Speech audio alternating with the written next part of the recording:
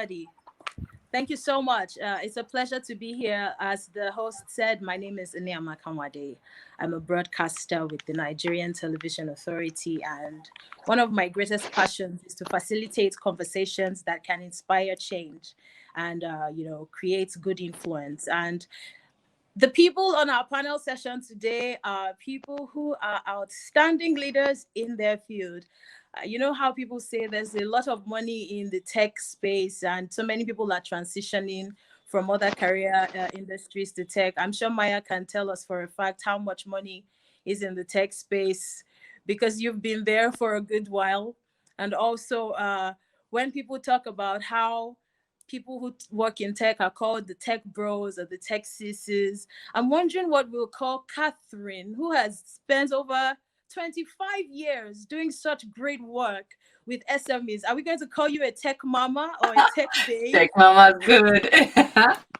Okay, and one of the things that stands out with the tech space and successful companies and organizations is how well their stories are being told and how fast their stories spread across the African continent and the rest of the world. And I'm sure that if we have people here that need their stories to spread, we have Kunle, who will be finding in the corridors of power, spreading those stories to the right audiences. It's a pleasure to see you, Kunle, once again.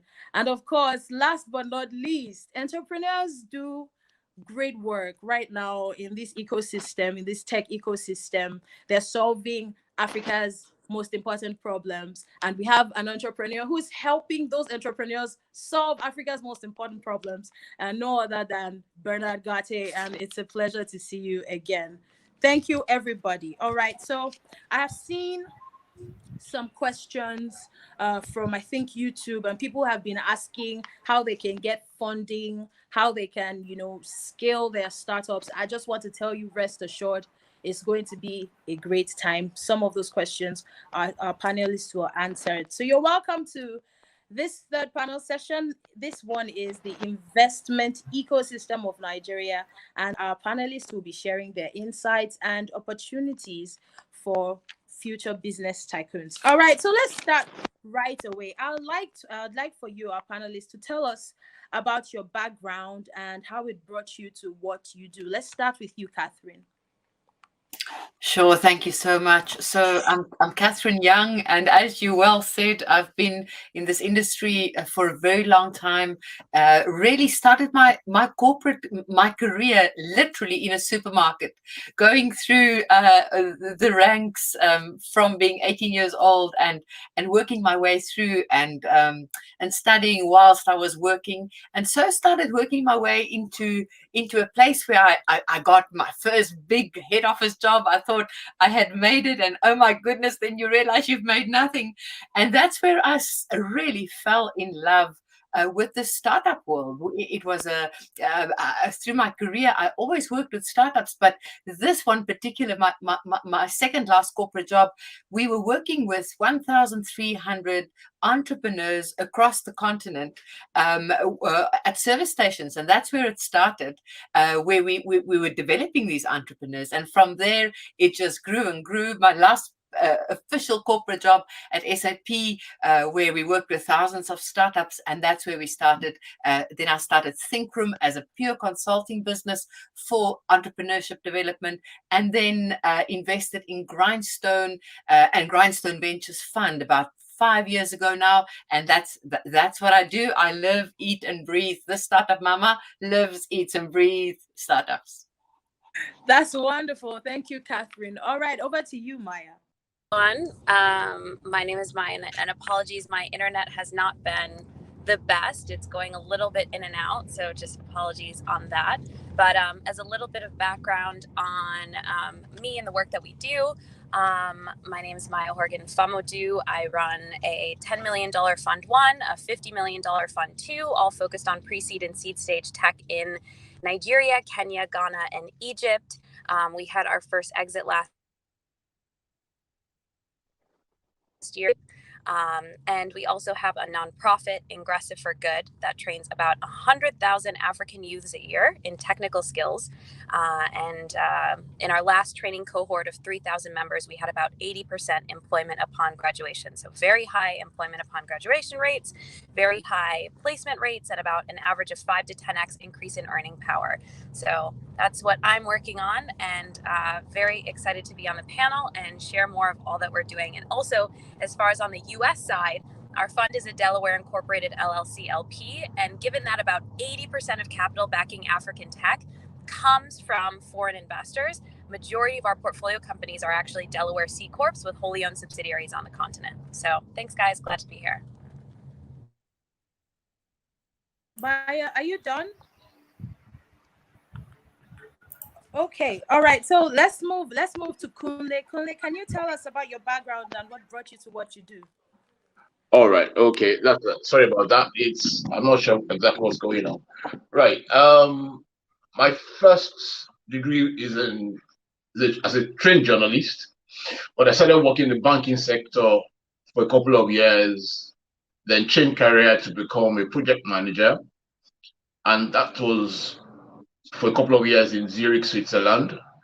Then went back into banking, which was where I started off working as an investment analyst. Now, doing that gave me some ideas about looking into Nigeria, especially, and see how we can assist SMEs, basically. And I started reaching out to SMEs in Nigeria while working in England, helping them look for funding for their businesses, majorly one-man, two-man businesses. That's where I started off. From there on, I left banking altogether and took them on full-time. Then started off Invest Africa magazine, where I like business, give them ideas, show them opportunities across Africa, where you have investors who want to invest in Africa. Now that grew massively, and I decided that, okay, move into Nigeria, come in, spend some months in Nigeria annually, and work with SMEs and get them to grow. So right now, across Southwest Nigeria, I work majorly with quite a number of SMEs and help them to grow. What I focused on is on renewables. This side of the country in Nigeria, there's so much waste, which can be converted to various things, and that's what we're working on now. Like yesterday, I was with two people who are converting waste bottled water, waste water sachets into leather shoes, into leather bags, and then looking at exporting this out of the country. In a nutshell, that's what I'm doing now. That's really wonderful. Thank you, Kunle. All right, over to you, Bernard. Hi, thanks so much for the introduction. Hello, everyone. My name is Bernard Gatti, and I lead investments at Q2 Venture Partners. Zooming in here. So I started off my career in investment banking, so basically raising equity and quasi-equity for enterprise clients and across sub-Saharan Africa. I did that for some time, and I later joined Vodafone in Ghana, where I worked in the strategy and business planning team. I also did that for some time and joined an advisory firm in Nairobi. And in Nairobi, the bread and butter was really helping companies raise growth capital and also help them execute their go-to-market strategy. I would say it was during this time that I increasingly became excited about, being on the buy side of the digital ecosystem. And currently, I'm the head of investments at Acuity. Acuity is an African-focused early-stage investor. We invest at the pre-seed and seed stages with the appetite to follow on in some of our winners to Series A. We are currently deploying from our second fund, and we've made about 22 investments so far. More than 2/3 of our portfolio are Nigerian companies. Thank you. Thank you so much, Bernard. Thank you to all our panelists for sharing your background with us. I'm sure listeners are already getting inspired by the projection, the trajectory of your career. All right, so let's get right into it. How do you see the investment ecosystem in Nigeria, and the willingness to attract investors to one's business. Let's start with you, Bernard. Okay, thank you very much. So I'd say Nigeria is one of the most vibrant hubs for tech, and this is both on the operations side and the investment side, and this is across Africa. The structural gaps in Nigeria, just like many other emerging markets, presents a huge opportunity for creating solutions that leverage technology to fill these gaps. The sheer number of Nigerian companies raising funds alone is indicative of how vibrant the market is. On the other hand, because of the early success of some Nigerian tech companies, you can mention of Flutterwave, Paystack, and the rest. The early success of some of these companies have demonstrated to investors the strong growth dynamics of the Nigerian market. So I can even say there's a subtle bias for Nigerian founders' ability to attract capital. And of course, this bias can be defended. I mean, Nigeria has a large and growing consumer base, and this is anchored by a very high mobile subscriber penetration as well. So, I mean, if you put all these things together, what you really have is a fertile launch pad for many of these tech businesses.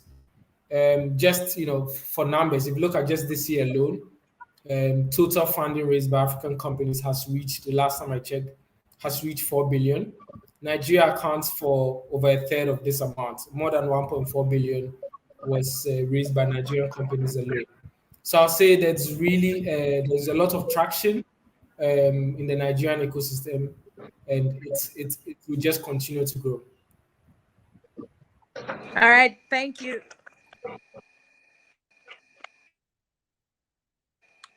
All right, thank you so much, Bernard.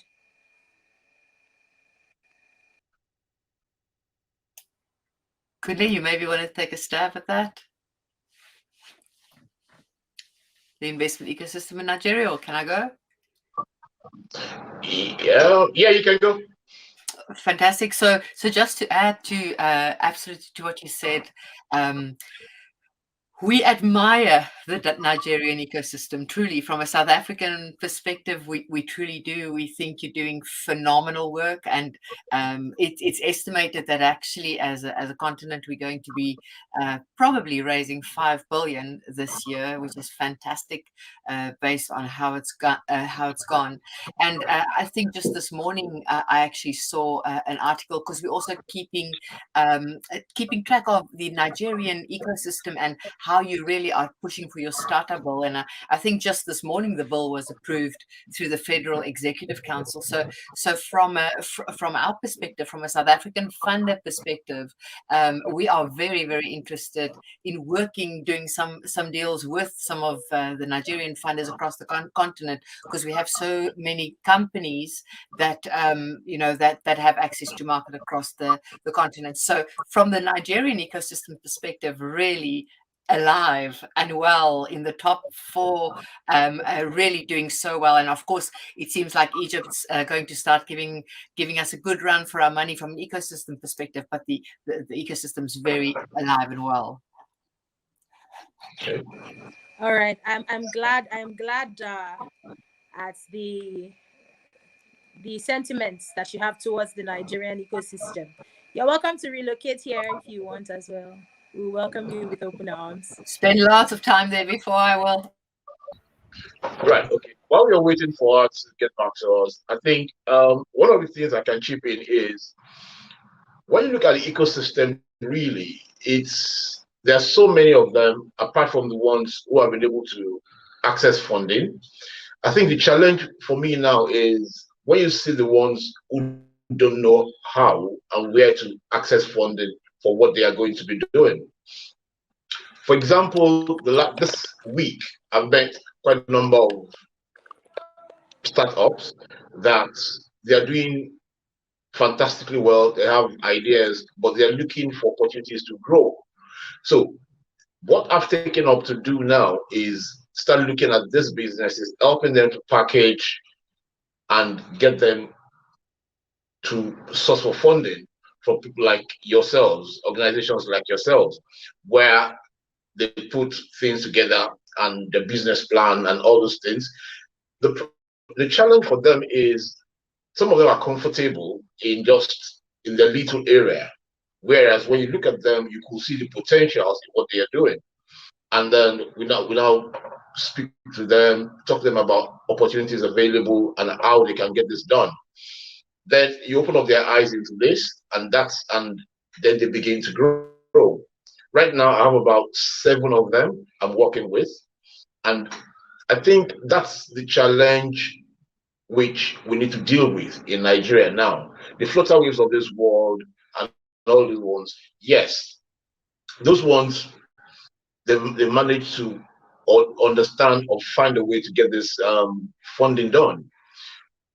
But there are more of those ones outside that space that need this opportunity as well. And I think that is where we should look at. Now, your funding opportunities, we have to devise a way where maybe we announce it that say, look, the opportunities to fund your business, the opportunity to do this, and then they know where to go. I think to me, that is where the challenge will be now. All right. Thank you, Kunle. Okay, Maya, it's your turn now. How do you see the investment ecosystem in Nigeria and the willingness to attract investors to one's business? Yeah, and as I mentioned, I did have to hop off at the hour, so I will quickly answer this and then hop off. But I have only been impressed with what's happening in Nigeria over the last few years, and Greater Africa. You know, in 2016, we only had about $129 million that came into all of Africa tech. And then in 2017, we had 560. In 2018, we had 1.2 billion. And, you know, slowly, in no other emerging market ecosystem have we seen this unprecedented growth of 2x increase every year in the amount of VC dollars coming into the ecosystem. And then not only are we seeing domestic IPOs and more liquid and less liquid public markets, but we're also seeing IPOs in international markets, you know, the top ones in the world, from the New York Stock Exchange to the London Stock Exchange, you know, Jumia, Helios Towers, et cetera, Helios and Toronto Stock Exchange. It's very much an Africa to the world environment that we are seeing right now. And, you know, in our nonprofit, we're training 100,000 African youths a year in technical skills, and then also tracking them where they go after that.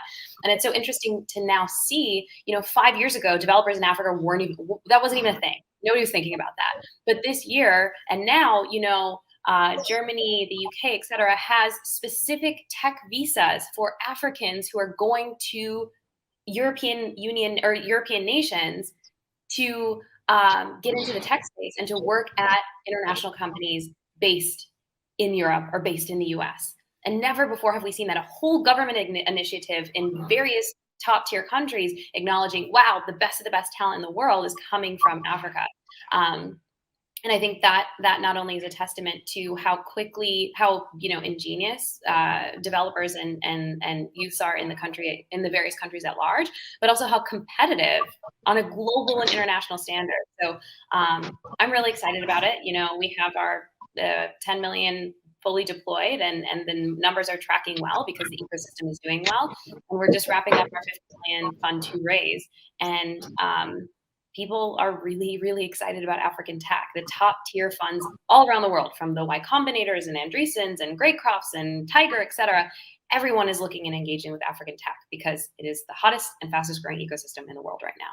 And even if you look at from a population perspective, the fastest growing populations, the fastest growing economies, the highest rates of mobile and internet penetration, it's exciting what we have here. But after that, I have to head out, guys. Thank you so much. And thank you very much for putting this organization, this panel together.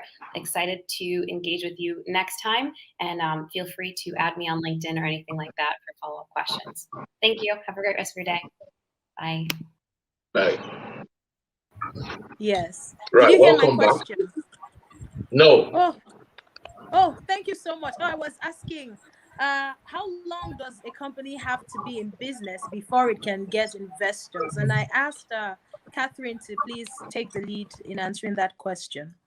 Sure, no problem. So really, there are different types of funding, as we know, depending on the life stage of your business. So funding broadly spans anything from where you just have an idea and you have specific investors who look at that, all the way through to Series B, Series C, Series D. And I'll be very brief. So right in the beginning, you want to look at, of course, your own money, your sweat equity, whatever you have, friends, family, and fools, we always say, in the beginning. Once you get through that, you get into the space of angels and try and get some angel money in.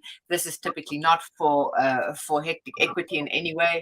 And as you go from the angels, you get into this is all pre-seed, into pre-seed. Then you get into a place where it's seed money.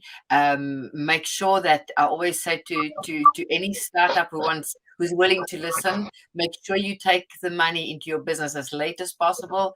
You have one chance at taking the first dollar, and from there it just impacts everything else that you're going to do in fundraising.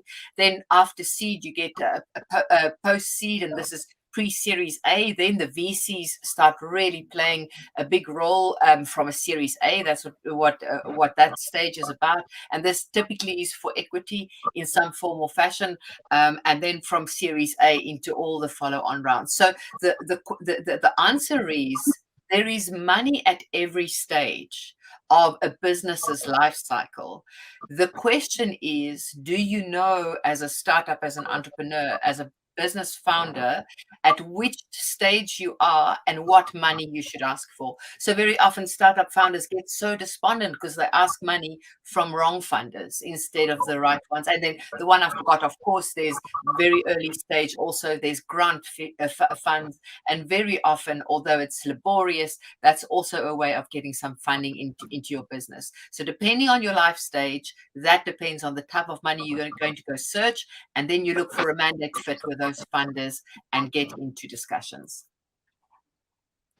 I love that. So there's money at every stage. You just need to know what stage you are as the business owner. Okay, over to you, Bernard. Would you like to share some thoughts on that as well? Yeah, definitely. So very similar to what Catherine already shared. So I'll just add on top of that. And I'll expand the conversation by saying there's really no time limit on when you can start raising capital. I mean, you don't have to work a year or two, you don't have to start a business for some time. There's really no time limit. However, like Catherine said, you need to know the stage where you are, and you need to know what type of investors you should be speaking to. I think what I would really say is founders should focus on what they should really focus on in the early stages is reaching product and market fit before trying to raise institutional capital. And product market fit is basically establishing that you are in the right market, you found the right customer segments who are willing to pay for the products and services. Because it's one thing to build a great product, but it's a whole different thing to have customers who are willing to pay for it. So once you've reached this point, this is the stage where I feel founders can go and then source institutional capital. However, before that, at the ideation stage, there are other forms of funding. Like Catherine said, you can reach out to your friends and family, your close network, just to raise that initial capital, just to get the idea, the idea of the ground. And just to summarize, so you can reach out to your family and friends to raise small angel tickets in the beginning. But my advice is that you try and bootstrap as long as you can until you absolutely need to raise external money. And on, to comment a bit on what maximum or minimum amount, I would say founders should only raise exactly what they need and not, don't raise too little. Of course, don't raise too much than what you need. Usually, in the life cycle of startups, they usually raise for an 18 to 24-month cycle. So if you know you are raising for a 24-month cycle, just do your business model, your projections, and just raise enough capital to last you for that runway, and then you can come back to the market at a later date. All right, thank you so much. Thank you so much, Bernard. Kunle, I'm going to ask you a slightly different question, but still in the same, the same ecosystem of the question I've just asked, what would you say has been one of the gravest mistakes that startup founders make in terms of funding that you've seen, both as a journalist and somebody who's invested in the tech, in terms of stories? I think one of the greatest mistakes I've noticed is people not wanting to start from the very scratch. When you have an idea from the ideation stage and you look at it, you're looking at yourself competing with some other businesses or maybe like middle way. That is one of the fundamental errors I've noticed. And I've always said the best thing to do is run your own race and start your own ideas and grow gradually. Don't jump before you crawl. And if you try to do that, it's always very difficult. Don't get me wrong, but it takes a lot of grit in you and determination in you to say, I want to do this, and I'm going to take my time and grow gradually. That gradual growth is always a challenge most businesses have.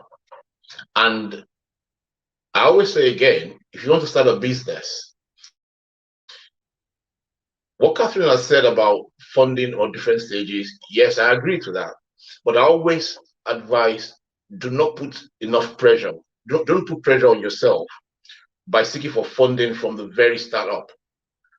Get funding, friends and family, start from a very small stage and grow to a point where you are almost about a quarter or halfway sustaining your business. Then you now need that fund injection that will make your business grow. That's what I always advocate. And it reduces the pressure on you of taking money and you need to make a markup on that money you're taking or investment you're taking, which will make your business grow. Like my own Invest Africa magazine, I didn't take any money from anyone. I knew I was going to do something and I saved up for it. After a while, I spoke to one or two people who said, okay, look, we know what you're doing over the years. We'll give you this to help you grow. And that was it. I did not take any investment until about 3 years after, when I realized I needed to move out of the UK and reach out into Africa. And in Africa, it's a different terrain when you're doing business. People want to see you physically, want to see what you're doing physically as well. So that was where I needed fund injection. Then I had that, and then I moved into Africa. So to me, there was no pressure really. And I was comfortable in what I'm doing.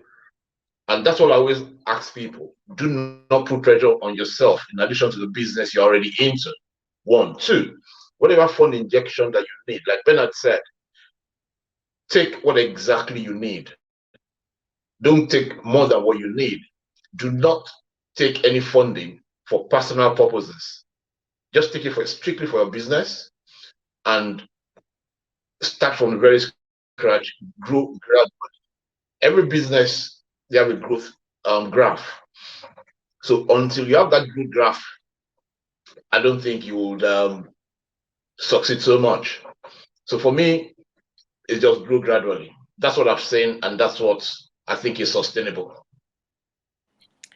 Thank you, Kunle, for sharing sustainable solutions for future business tycoons. Don't look at anybody else. Stay on your lane and do the work, and don't ask for more money than you need. Don't get money so you can buy a purse or a pair of shoes. Use your personal money for that. All right, moving on to the next question.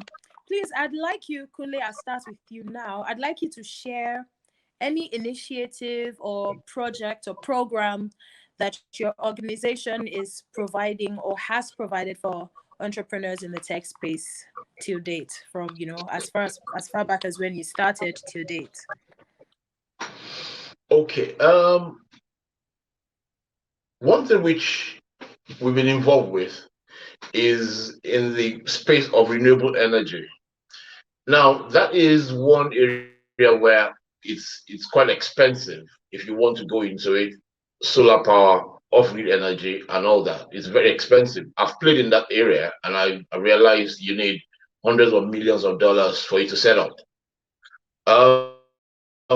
So what we've now started doing is to look into how we can use the raw materials around us, the waste around us, and use them to do things. And in doing that, we look at how we can harness that technology into creating awareness for what we are doing. So right now, we are doing quite a bit on wastes around us, which is what we are using, converting them to items, goods, and services which affordable to people. And in doing that, we have to find a way where we can reach out to people to let them know what we're doing. So we've come up with an app, a website, and a couple of other innovative ideas that we can use. And that's what we are doing now. A lot of people, let's be factual, are not tech that way. Most businesses, they are not, most business owners, they are not into that tech space. All they know is I'm doing my business, I'm manufacturing this, I'm doing that. Now, the marketing strategy you have to adopt to get this out to the end users is a different ballgame entirely. So that's why we approach them, discuss business with them, make a presentation to them. You could use this, you could use that, you could use various opportunities for you to do things. And that's what we are doing now. It's not been easy, let's put it that way, that you get them, because again, this has got to do with a lot of funding. When you want to put this things together, you need funding to do this. And for them, all they focus on is their business, their products. But then how do you get that to the end user is what is key and important to every business, anyone does. So that's the phase we are now, where we've been able to get people who could produce, let me use that word, a cheap app for someone to use. You could get people who could teach them how to use various forms of technology, social media, and all that to reach out to people. It helps a lot of businesses that way. Now, the big businesses, yes, you could have them. I have a client somewhere around in Oyo State here, Ibadan. She's doing well. She's able to afford quite a number of things which she can use to promote her business. That's fine. But then again, how many of those ones do you have around?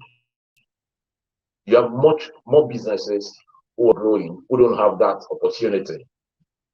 What Bernard said about their funding system, I think, is good. I've worked with a couple of them, which we've done pretty well in that space, but majority don't have that opportunity. How many businesses can afford to have a $50 million injection into their business? That is that area which I want a lot of people to look into. Don't look at businesses say minimum we can disburse is $100 million or $50 million. What about the businesses that need $10 million, $5 million, $500,000? All Those right, are the Kule, I'm ones. sorry to cut you, but because we are running out of time, I'd like to also have Catherine and Bernard answer the question so we can, go on to other questions. So I would like for All you, right. if it's okay, to wrap up in a few so that our next Okay. panelist can answer.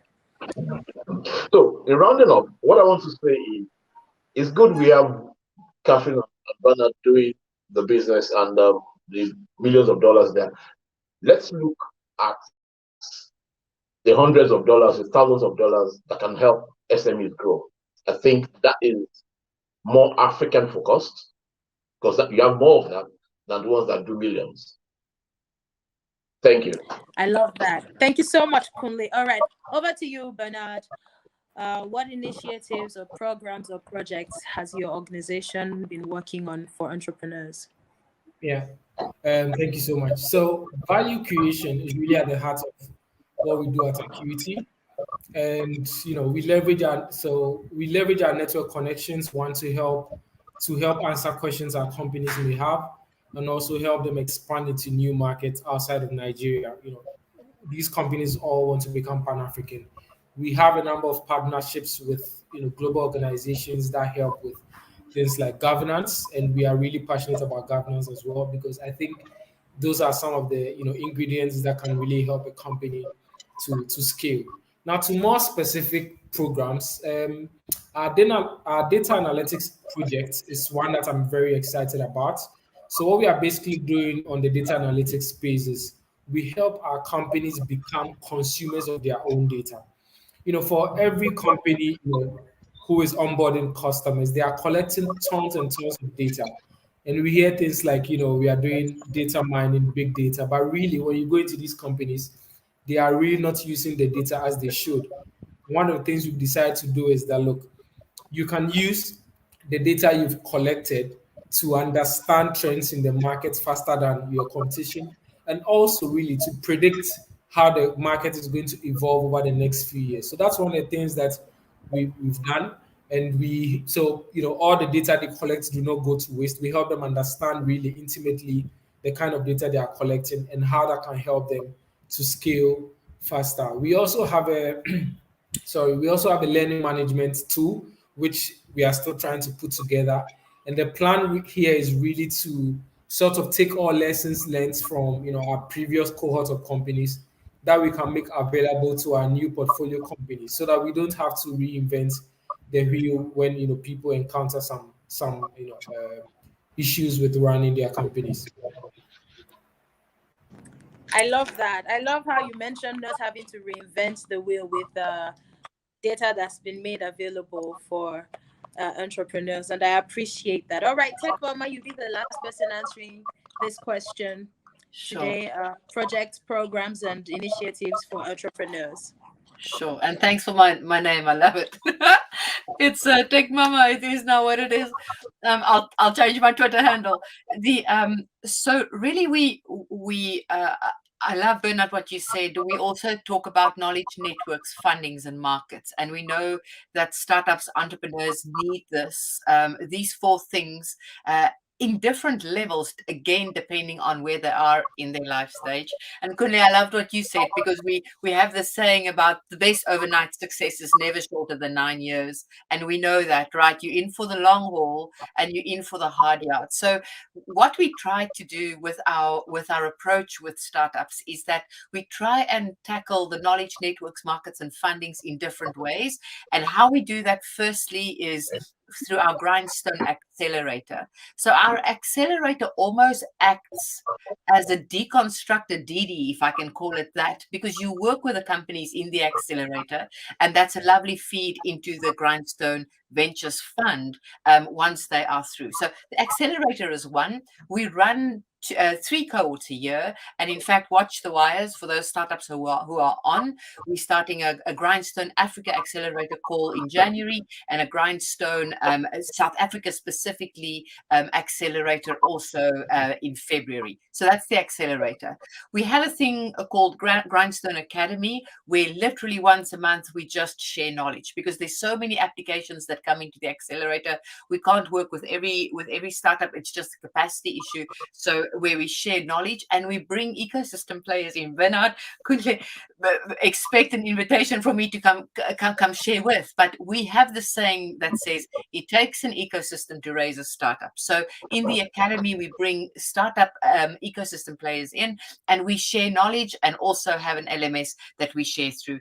The third one is our Grindstone Alumni program. The Alumni program is probably the most profound, because once you stop a program with a startup, really the hard work only starts, because then you've got to prepare them for customers and for funding, and that's the Grindstone Alumni program. So those are the three things that we do, other than the fund, to try and build this ecosystem network effect, to be able to really try and touch the startup once, not waste their time, but help them with either getting customers, which is the best way of funding, or money itself.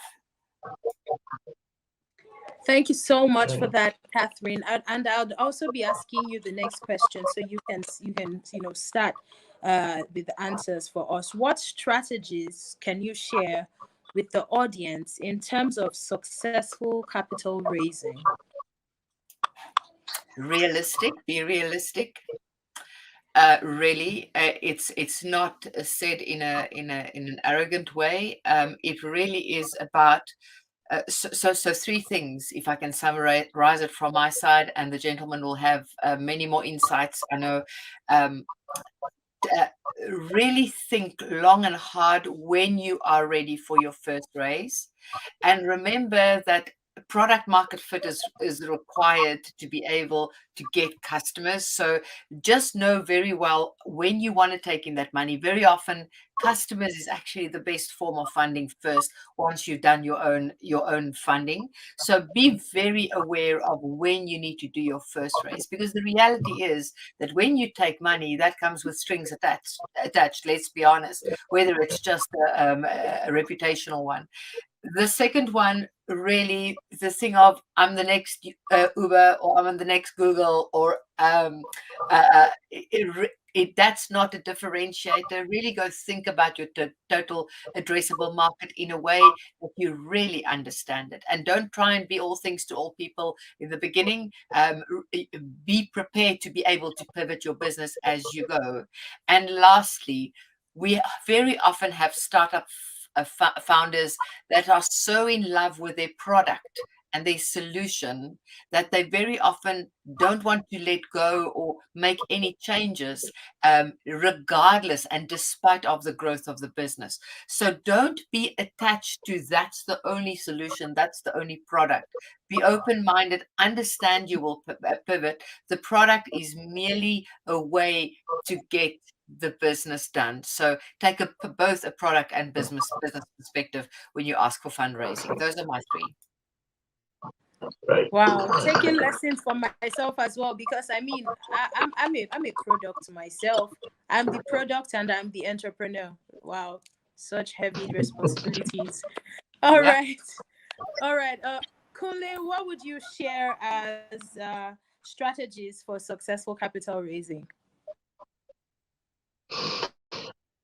I'll go along what Kafina said. You have got to be very realistic about your goals, about your needs, and where you want to be. You cannot be based in Lagos, for example, and you want to conquer the US market, for example. So you have got to be realistic about that. You have got to know your product. You have got to know your market, and you're able to give a benchmark of where you're going to be over a certain period of time. So once you have that analysis done, then that determines what kind of funding you need, how much you need. But long and short of it is just be honest with yourself. And again, just run your own race. Thank you. Wow, thank you so much for that, Kunle. Be honest with yourself and run your own race. Wonderful. Okay, over to you, Bernard. Yeah, thank you so much. So just to add to what both Catherine and Kunle have shared, I think understanding the assessment criteria is very important. You know, investors are also in the business of finding scalable businesses that, you know, once they invest in you, you know, you can make money for them as well. So it's really important to understand, you know, to know the assessment criteria and understand the background of the investors you are speaking to. For example, it doesn't make any sense to be speaking to an investor who only invests in East Africa when your company is based in Nigeria.